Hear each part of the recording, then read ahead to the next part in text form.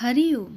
कहानी का नाम है बुरे कर्म और अच्छे कर्म। स्टार्ट करते हैं। चलिए, पुराने समय की बात है। एक राज्य में एक राजा राज्य करता था, जिसकी बहुत बड़ी सेना थी। राजा बहुत ही क्रूर था। उसके राज्य में कभी किसी पड़ोसी राज्य का आक्रमण नहीं होता। यदि होता भी था तो राजा और उसकी सेना उन्हें परास्त कर हर एक युद्ध में सफलता होती, जिससे सारे राज्य डरने लगे थे। प्रजा भी राजा के राज्य के इससे प्रशंसा नहीं थी। राजा नास्तिक एवं भोग विलासी में लीन रहता था। राजा का एक चचेरा भाई भी था। भगवान के आस्था में लीन रहता था और कभी भी बुरे काम नहीं करता था। ना ही किसी युद्ध में भाग लेता था, ना कभी हिंसा करता था। यह हमेशा ही भगवान का नाम जपता रहता था। प्रतिदिन भगवान की निस्वार्थ भाव से पूजा करता था और कभी राजा से मिलता तो जय श्री राम कहता। राजा इससे गुस्सा में आ जाता और कहता, यदि भगवान होता तो तेरी इतनी भक्ति और तेरी इतनी अच्छे कर्म से आज तू राजा और मैं राज तेरे सहारे के रूप में काम करता।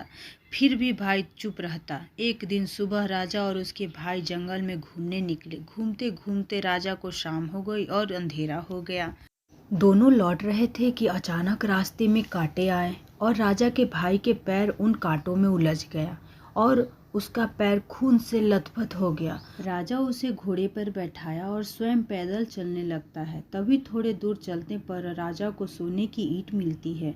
उसे देखते ही राजा उसे उठा लेता है और अपने भाई से कहने लगता है, देख तेरी भक्ति, तुझे इतनी भक्ति के बदले कांटे मिलते हैं और मुझे सोना। दोनों महल वापस आते हैं। जैसे ही महल आते ही राजा के भाई मंदिर जाता है और भगवान के सामने खड़ा होकर बोलने लगता है, हे भगवान, मैंने आज तक यदि सच्चे भावना से आपकी सेवा भक्ति की है तो आप मुझे दर्शन दें। निस्वार्थ भाव, भक्ति और अच्छे कर्मों से भगवान प्रकट होते हैं और निराश होने का कारण पूछते हैं।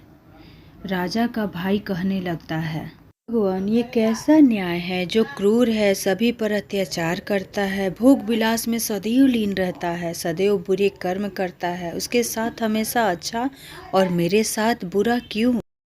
तब भगवान ने उत्तर दिया, बेटा, आज जहाँ तुम्हारे पैरों में कांटा चुभा है वहाँ तुम्हारी मृत्यु थी, परंतु तुम्हारे भाग्य और अच्छे कर्म की वजह से ही तुम्हारी मौत इस छोटी सी घटना में बदल कर टल गई। और जहाँ तुम्हारे भाई राजा को सोने की ईंट प्राप्त हुई है, वहाँ उसके भाग्य में एक नया सोने का महल था, परंतु उसके बुरे कर्मों की वजह से उसे महल की जगह एक सोने की ईंट में संतुष्ट होना पड़ा। ये कहानी तो हमें बहुत कुछ सिखाती है कि हमारे पास जो भी है, जितना भी है, हमें उसमें संतुष्ट रहना चाहिए। तो उम्मीद करते हैं इस कहानी से आप लोगों को कुछ सीख मिली होगी। तो हमारी ऑसम शॉर्ट्स भक्ति को पसंद करने के लिए थैंक यू सो मच। ऐसे ही बने रहें हमारे वीडियो।